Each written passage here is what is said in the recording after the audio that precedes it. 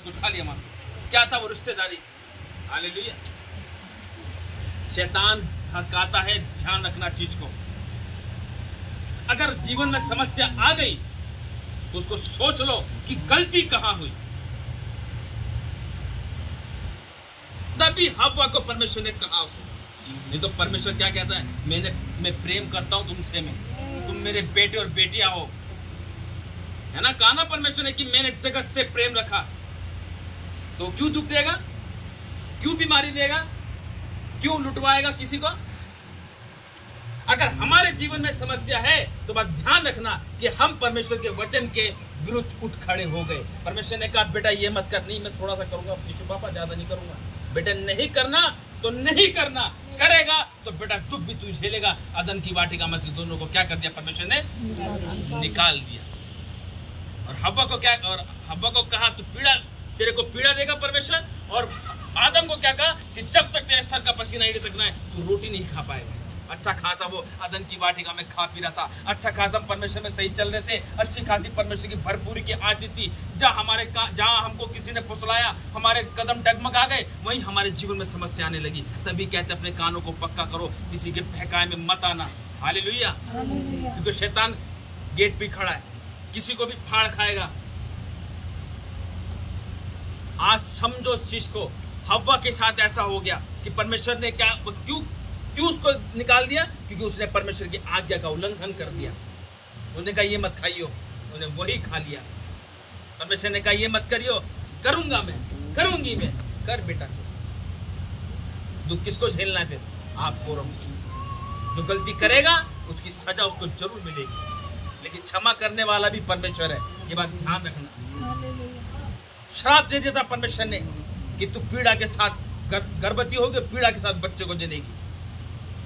अच्छा खासा अदन की वाटिका में थे। परमेश्वर की आज्ञा का उल्लंघन करना पाप है। हालेलुया। शराब चलते हुए आते हैं फिर पीछे से। जो व्यक्ति मसीह में अपने जीवन को व्यतीत कर रहा है सच्चाई और ईमानदारी से, और जहां वो थोड़ा सा विपरीत हुआ और परमेश्वर के वचन के अकॉर्डिंग, परमेश्वर के वचनों के खिलाफ चल पड़ा, तो देखो परमेश्वर क्या कहता है। निकालेंगे निर्गमन 20 अध्याय उसकी 5 है। तो वचन क्या कह रहा है? कह रहे तेरे बेटों नहीं, उनके बेटों, पोतों और परपोतों को भी पितरों का दंड दिया करता हूं। परमेश्वर वो काम करता है। आज समझो चीज को। अगर हमारे जीवन में अगर ये समस्या आ रही है, अगर हमको लग रहा है कि हाँ भाई हमसे कोई गलती हो रही, ऐसा ना हो जाए आज तो हम कर गए, कल को ये ना हो कि हम चले जाए तो हमारा बेटा उस चीज को भुगते, फिर उसका बेटा उस भुगते। कि 3 पीढ़ियां यहाँ लिखिए, बेटा, पोता और परपोते हैं। 3 पीढ़ियां हो गई, तीनों को झुका देगा परमेश्वर पूरी तरीके से। इसीलिए अपनी नजरें सिर्फ परमेश्वर पर रखो। दुनिया बोल रही है, बोलने दो। मैं अभी स्टार्टिंग में आपको बताया था, ईमानदार बनो सिर्फ परमेश्वर पे, मनुष्य के लिए ईमानदार मत बनो। मनुष्य के साथ ईमानदार बनोगे, कल को तुम्हें बुरा बनाएगा। हालेलुया। उसके साथ ईमानदार रहोगे, उसका हाथ पकड़े रहोगे तो वो नहीं कभी नहीं छोड़ेगा और ना ही कभी त्यागेगा। मनुष्य का हाथ पकड़ोगे तो छोड़ देगा 20 रास्ते पे आपको। हालेलुया। वचन कहता है मनुष्य का दिया हुआ छुटकारा व्यर्थ है, परमेश्वर की सहायता से तक। आज परमेश्वर जिसके साथ है ना, मैं कह रहा हूँ, हकीकत कह रहा हूँ, दुख होंगे ना, निकालेगा यीशु बाहर। आज हम गलती कर रहे हैं तो समस्या भी आ रही है, इसमें कोई दोहराई वाली बात नहीं है, क्योंकि परमेश्वर ने यहाँ पे 7 वचन में कहा। एक वचन निकालेंगे इसी का, निर्गमन 34 का 7 अध्याय।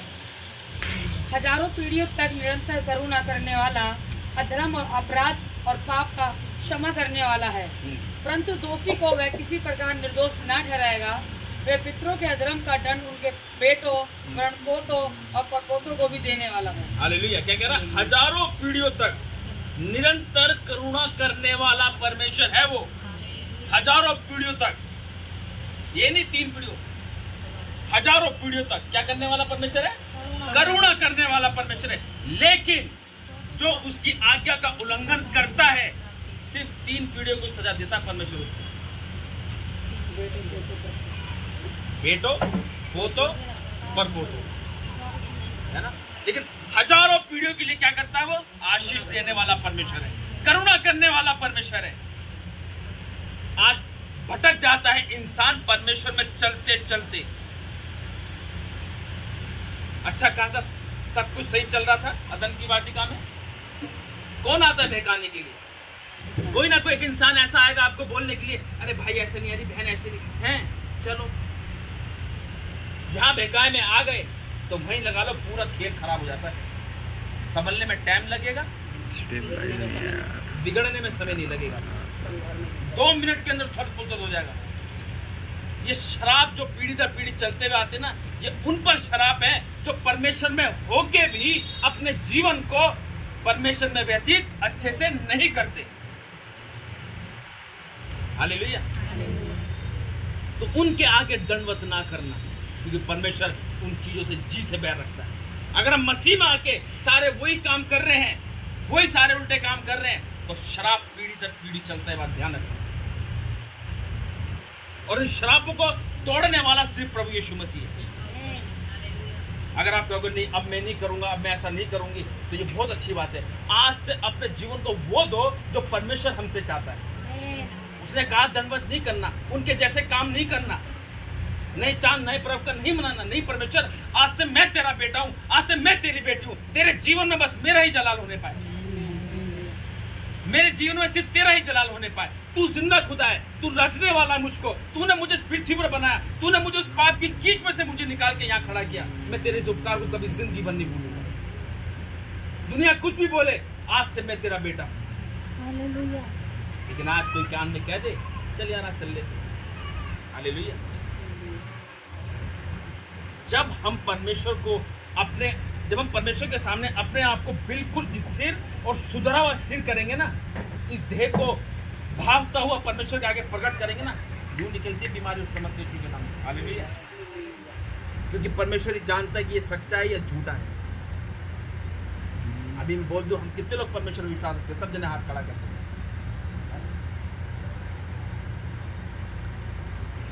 लेकिन अंदर आज भी वही बातें हैं सारी। वचन क्या कहता है? परमेश्वर क्या है? परमेश्वर प्रेम है। वो हमें प्रेम करना सिखाता है। जहां प्रेम वहां परमेश्वर है, और जहां प्रेम नहीं वहां परमेश्वर नहीं है। हालेलुया। निकालेंगे गिनती की पुस्तक,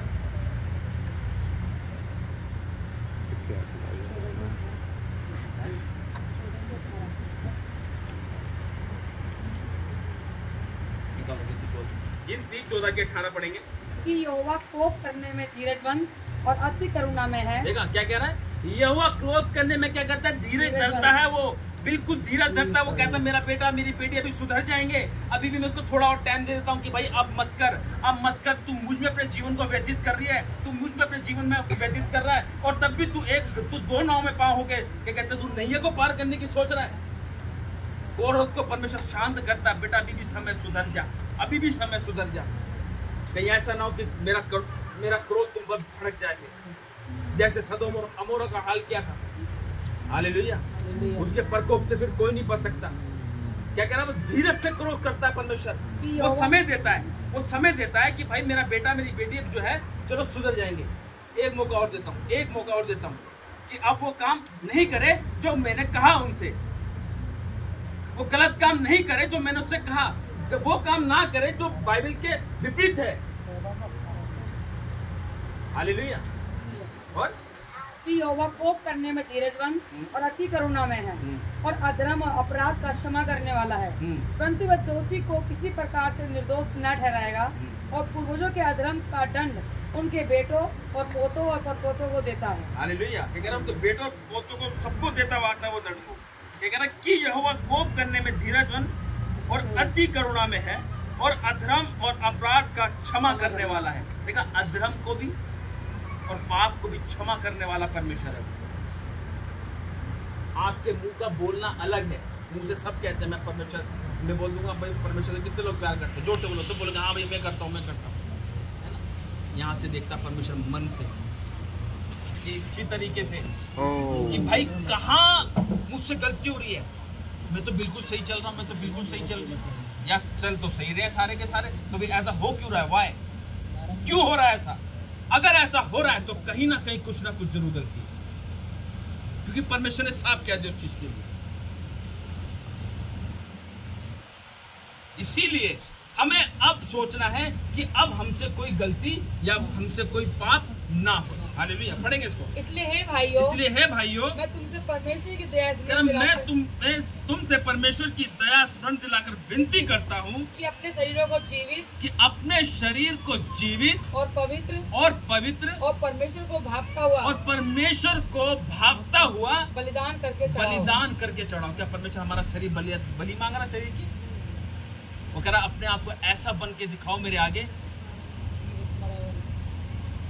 आज लोग जीवित हैं, चल रहे हैं, लेकिन परमेश्वर देख रहा है सब क्या इस टाइम मुर्दे हैं। हालेलुया। जीवित कौन है? जो आत्मा से सच्चाई से परमेश्वर की आराधना को करता है, जो आत्मा से सच्चाई से परमेश्वर की हजूरी में बैठता है, जो आत्मा सच्चाई से परमेश्वर के वचन को कान लगा के सुनता है, वो जीवित है। और मुर्दे वो है जो बैठे हुए भी इधर उधर कान लगे पड़े, माइंड वहां चल रहा। परमेश्वर नहीं देखता चीज को, परमेश्वर उनको देखता है जो उसकी ओर निहारते हैं। परमेश्वर ऐसे लोगों को अवॉइड करता है अपनी लाइफ में से। कह रहा कम से कम ये तो बचाया जाए, कम से कम ये तो बचाया जाए जो मेरे वचन को सुन रहे हैं और उस पर चल रहे हैं। आज लोग सुन तो रहे हैं, लेकिन एक कान से सुन रहे दूसरे कान से निकाल रहे हैं। क्या फिर हुआ परमेश्वर के वचन का फायदा? क्यों परमेश्वर ने बलिदान दिया हमारे लिए? उसका बलिदान क्या वेस्ट कर दिया? अरे वो हमारे लिए तो आया इस पृथ्वी पर ताकि हम हर बुराई से, हर पाप से, हर शराबों से, हर बीमारियों से, हर कर्जों से आजाद हो जाएं। हमसे यही नहीं हो पाता कि हम अपने आप को, इस शरीर को भावता हुआ परमेश्वर के आगे प्रकट करें। हर चीज का समय है, उस समय के अनुसार सारे काम करने चाहिए। परमेश्वर खुश होता है, देखता है मेरा बेटा मेरी बेटी मेरे वचन पर चल रहे हैं। आज हम वचन पर चलेंगे तो ही आशीष को पाएंगे, नहीं तो लिख लो आशीष के झरोके परमेश्वर बंद कर देगा। जैसे आदम और हवा के झरोके बंद कर दिए ना उन्होंने, आदम की वाटिका में ताला लगा दिया, चला पार यहां से। तो आप और हम क्या चीजें? इसीलिए परमेश्वर को भावता हुआ और उसको पवित्र अपने आप को परमेश्वर को चढ़ाओ, जीवित करावा। मरा हुआ नहीं चाहिए परमेश्वर को। ये मत सोचो कि हम परमेश्वर के पास आ रहे तो ठीक है, नहीं। हमें कैसे आना है उस चीज को समझना है कि हमारे अंदर वो आग है कि नहीं, कि हम यहाँ पर आके परमेश्वर की आराधना सच्चाई से कर रहे कि नहीं कर रहे, उसके वचन को सच्चाई से सुन रहे नहीं सुन रहे, हम उससे प्रार्थना सच्चाई से कर रहे कि नहीं कर रहे।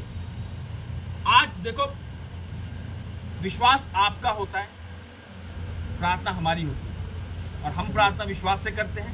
चंगाई देने वाला, चंगा करने वाला सिर्फ परमेश्वर है। हालेलुया। क्योंकि वचन कहता है विश्वास के द्वारा रोगी चंगा होगा। अगर आप ये विश्वास रखोगे हाँ भाई चंगा, हमें चंगाई चाहिए बस और कुछ नहीं, तो परमेश्वर भी ऐसी चंगाई दे देता, फिर थोड़े दिन बाद फिर हो जाता। अंदर से विश्वास करना है, तभी तो रोगी चंगे होते हैं, तभी तो गांठ गिल्ठियां बार होती है यीशु के नाम से, तभी तो रोगी चंगे होते हैं यीशु के नाम से, तभी तो कोढ़ी शुद्ध किए जाते हैं यीशु मसीह के नाम से, तभी तो मुर्दे जिंदे होते हैं यीशु मसीह के नाम से। अंदर से विश्वास को लेकर आना है, ऊपरी विश्वास नहीं मांगता परमेश्वर। हालेलुया। और अपने शरीरों को जीवित और पवित्र और परमेश्वर को भावता हुआ बलिदान करके चढ़ाओ, यही तुम्हारी आत्मिक सेवा है। कह रहे यही आत्मिक सेवा है। इस संसार के क्षेत्र से न बनो, परंतु तुम्हारे मन के नए हो जाने से तुम्हारा चाल चलन भी बदलता जाए, जिससे तुम परमेश्वर की भली और भावती और सिद्ध इच्छा अनुभव से मालूम करते रहो। हालेलुया।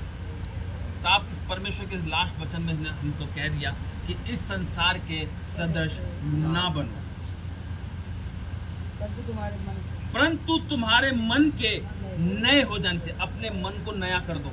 आज से सारे बुरे ऐप, सारी बुरी बातें अपने अंदर से जब तक निकालोगे नहीं ना, तब तक हम कैसे नहीं बनेंगे? मुझे ये बताओ। आज एक बंदा यूं करता तो दूसरा यूं करता, ये तो खत्म करना अपने अंदर। कोई एक बात बोलता तो 10 बात पलट के बोलने की हिम्मत रखता है, उसी को तो खत्म करना अपने अंदर। आज एक कोई छुटकी से बोल दे तो यूं हो जाता है, उसी को तो खत्म करना अपने अंदर से। तभी तो इस शरीर को हम जीवित करेंगे परमेश्वर को चढ़ाने के लिए। जब वचन क्या कहता है, जो इस पृथ्वी पर अपने आप को छोटा बनाएगा वही बड़ा कहलाया जाएगा स्वर्ग में। अब ये बात आपको देखनी है, आपको छोटा बनना है या बड़ा बनना है। परमेश्वर तो बड़ा बनाता है, ये बात ध्यान रखना। जो अपने आप को परमेश्वर परमेश्वर में जीवित करके इस देह को चढ़ाएगा, परमेश्वर उसे बड़ा बनाता है। बड़ा बनाता है तो रिस्पेक्ट भी दिलाता है परमेश्वर। हालेलुया। आज परमेश्वर इतनी दूर दूर मुझे लेके गया, फुल्ली रिस्पेक्ट परमेश्वर ने दिलाई, जबकि मैं एक वो मनुष्य था जो मैं दलदल में, कीचड़ में फंसा हुआ था। जो परमेश्वर ने जब मुझे निकाला तभी उस वचन के अनुसार जो परमेश्वर ने मुझसे कहे कि मैं तुझे पूछ नहीं सिर ठहराऊंगा और सब जातियों में मैं तुझे श्रेष्ठ ठहराऊंगा। हालेलुया। फोन रुकते नहीं है, फोन पे फोन घंटी पे घंटी बजती रहती है, पास्टर जी कब आएंगे कब आएंगे। अभी मेरे को वहां से निकला भी नहीं था, मैं रास्ते में था, एक फोन आ गया, पास्टर जी कब आएंगे। अरे मैंने कहा घर तो जान दो मेरे को पहले। हालेलुया। अभी रास्ते में ही लौट गया। कौन करता है ये? समझना इस चीज को। कहते हैं कि हमें सामने वाले से कुछ सीखना चाहिए, तो मैं कहता हूँ मुझसे कुछ सीख लो। मेरे से ज्यादा आप लोग मेरे बारे में जानते कि नहीं जानते? आज देखो परमेश्वर ने कहाँ उठा के रखा। मैं तो राख और मट्टी इंसान था, आज परमेश्वर ने उसे इंसान बनाया, अपना बेटा बना के अपने कार्य के लिए इस्तेमाल कर रहा है। मैं सपने में भी नहीं सोचा था कि मैं परमेश्वर मुझे ऐसी ऐसी जगहों पे लेके जाएगा जो उसके हाथ की बनाई हुई रचना है। ये तभी होगा जब हम अपने आप को परमेश्वर को भावता हुआ उसके आगे प्रकट करेंगे, जब हम अपने आप को संसार से बिल्कुल अलग करेंगे। अभी जो चमक धमक छोटी मोटी सी होती ना, इसमें खुश मत हो, बहुत कुछ है परमेश्वर के लिए। मैं क्या कह रहा हूँ, तुम्हारी जो कल्पना है वो व्यर्थ की है, जो तुम सोचते हो लेटे लेटे वो बेकार की है, लेकिन जो परमेश्वर सोच रहा है उसके बारे में सोचो कि परमेश्वर हमारे बारे में क्या सोच रहा है। आज अपनी सोच पे मत ध्यान लगाओ कि मेरे बच्चों का क्या होगा, मेरे परिवार का क्या होगा, मेरे इसका क्या होगा, मेरा उसका क्या होगा। छोड़ दो सब कुछ, परमेश्वर के बारे में सोचो कि परमेश्वर ने मेरे बारे में क्या सोचा है, मेरे परिवार के बारे में क्या सोचा है। देखो परमेश्वर आपसे बात करेगा, आप भी क्या होगा, वाकई परमेश्वर बात कर रहा है। ये तभी होगा जब हम अपने आप को परमेश्वर को भावता हुआ चढ़ाएंगे। संसार से बिल्कुल अलग हो जाओ। आज मैं हुआ, तभी तो परमेश्वर ऊंचाई पे लेके जा रहा है, तभी तो परमेश्वर हर वो राज्य में लेके जा रहा है अपने कार्य कराने के लिए। क्यों? उसने देखा उसको, उसने देखा मुझे, परमेश्वर ने, उसने मुझसे कहा कि बेटे मैंने गर्भ में रचने से पहले तेरे पे मोहर लगा दी थी, तू मेरा है। मैंने जी अपने लाइफ खराब करे, मैंने इतने साल अपने, आज मुझे पछतावा होता है। मैंने कहा यार काश, लेकिन वचन, फिर मुझे वचन से स्मरण आता है कि वचन कहता है बेटा हर चीज का एक समय है, मैंने तेरी लाइफ के अंदर समय नियुक्त कर रखा। हालेलुया। और हो गया पूरा। तो ये था परमेश्वर का